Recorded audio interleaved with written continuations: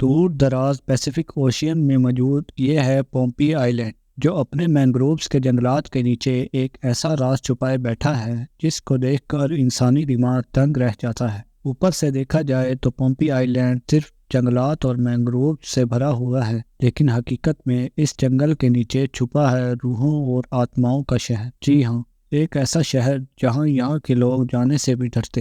ایسا مانا جاتا ہے کہ اگر کسی نے یہاں جانے کی کوشش کی تو ان کی موت ہو سکتی ہے۔ انسیڈنٹ ٹی وی کی ویڈیوز میں خوش آمدید ناظرین، نین میڈول نامی یہ شہر پومپی آئیلینڈ کے ایسٹ میں جنگلات کے نیچے چھپا ہوا ہے۔ یہاں جانے کے لیے پومپی آئیلینڈ کے کنگ سے پرمیشن لینی پڑتی ہے اور ایک خاص قسم کی رسم بھی پوری کرنی پڑتی ہے۔ اس خاص رسم کو پورا کرنے کے بعد کاوا کی جڑوں سے بنائی گئی ایک انوکھی ڈرنک پلائی جاتی ہے۔ ایسا مانا جاتا ہے کہ یہ ساری رسم پوری کرنے کے بعد نین میڈول کی آتمائیں حملہ نہیں کرتی۔ جنگل میں جانے کے بعد بھی نین میڈول کو پوری طرح نہیں دیکھا جا سکتا، کیونکہ مینگرووز اور ان کی جڑوں نے یہاں بنے سٹرکچرز کو پوری طرح چھپایا ہوا ہے۔ جنگل کے بیچ چھپا یہ ہے یہاں کا سب سے بڑا سٹرکچر، جس کو 800 سال پہلے پتھروں کے بڑے بڑے پلرز کی مدد سے بنایا گیا تھا۔ یہ خاص قسم کا پتھر بیسالٹ راک کہلاتا ہے، جو لاوا کے ٹھنڈے ہونے کی وجہ سے بنتا ہے۔ ایک ایک پتھر کا سلیب کم سے کم 5 ٹن وزنی ہے، مگر یہاں کچھ ایسے پتھر بھی موجود ہیں جن کا وزن 70 ٹن یعنی 70,000 کلوز تک بھی ہو سکتا ہے۔ اتنا زیادہ وزن آج کل کی ایڈوانس مشینری کی مدد سے اٹھانا بھی کافی مشکل ہوگا، تو ذرا سوچئے کہ یہ کام 800 سال پہلے پیسیفک اوشین کی ویرانیوں میں کیسے کیا گیا ہوگا۔ حیرانگی والی بات یہ ہے کہ آس پاس کا سارا ایریا صرف جنگلات سے بھرا ہوا ہے، یہاں اس قسم کے پتھر موجود ہی نہیں ہیں، تو پھر آخر یہ پتھر لائے کہاں سے گئے اور ان کو اٹھایا کیسے گیا ہوگا؟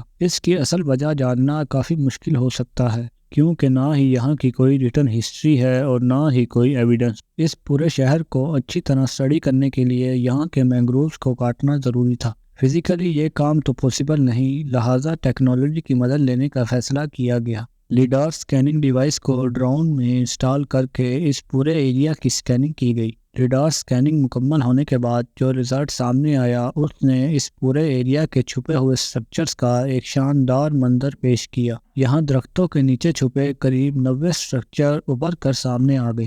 ایک چھپے ہوئے ریچرڈ سٹرکچر کا جائزہ لیا گیا تو اس میں 800 سال پرانا سکاؤ پاؤنڈنگ سٹون ابھی بھی موجود تھا۔ یہ وہی پتھر ہے جس پر کاوا کی جڑوں کو رگڑ رگڑ کر سکاؤ نامی ڈرنک آج بھی بنائی جاتی ہے۔ بے شک چھوٹے ہی صحیح، لیکن مین میڈ آئیلینڈ وہ بھی اس دور میں بنانا واقعی کسی چمتکار سے کم نہیں ہے۔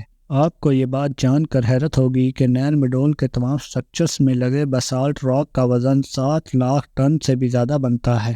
اب سوال یہ اٹھتا ہے کہ اتنی بڑی تعداد میں بیسالٹ راک یہاں آئے کہاں سے؟ پومپی آئیلینڈ کے دوسری طرف تقریباً 18 کلومیٹر دور بیسالٹ راک کی ایک کوئری تلاش کی گئی۔ 150-200 فیٹ اونچی کوئری پہ چڑھ کر دیکھا گیا تو وہاں حیرت انگیز طور پر ابھی تک بیسالٹ راک کے سلیبز موجود تھے۔ ان سلیب پر راکھ اور دھوئیں کے نشانات پائے گئے، جس سے یہ ظاہر ہوتا ہے کہ ان کے بیچ میں آگ لگا کر اوپر پانی ڈالا جاتا تھا، جس سے بیسالٹ راک سلیب کی صورت میں کوئری سے الگ ہو جاتے تھے۔ پیسیفک اوشین میں اس 800 سال پرانے مین میڈ آئیلینڈ کی پہیلی کا کچھ حصہ تو سولو ہو چکا تھا۔ اب باری تھی یہ جاننے کی کہ ان پتھروں کو کوئری سے 18 کلومیٹر دور نین میڈول تک کیسے لایا جاتا تھا۔ جیسا کہ آپ کو معلوم ہے کہ ایک ایک پتھر 5 ٹن سے 70 ٹن تک وزنی ہے۔ اتنا زیادہ وزن پومپی آئیلینڈ کے بیچ سے لے جانا ممکن نہیں، کیونکہ سٹون کوئری اور نین میڈول کے درمیان اونچے پہاڑوں نے راستہ روک رکھا ہے۔ اس کا صرف ایک ہی طریقہ ہو سکتا ہے کہ یہاں سے کسی طرح ان پتھروں کو اوشین تک لایا جاتا تھا اور پھر کسی بڑی بوٹ میں رکھ کر ان پتھروں کو نین میڈول تک پہنچایا جاتا تھا۔ اس پہلے کو جاننے کے لیے سی فلور کو سونار سکیننگ کے ذریعے سرچ کیا گیا۔ سرچنگ سے یہ معلوم ہوا کہ کچھ بیسالٹ راک کے پلرز اوشین کے فلور پر بھی موجود ہیں،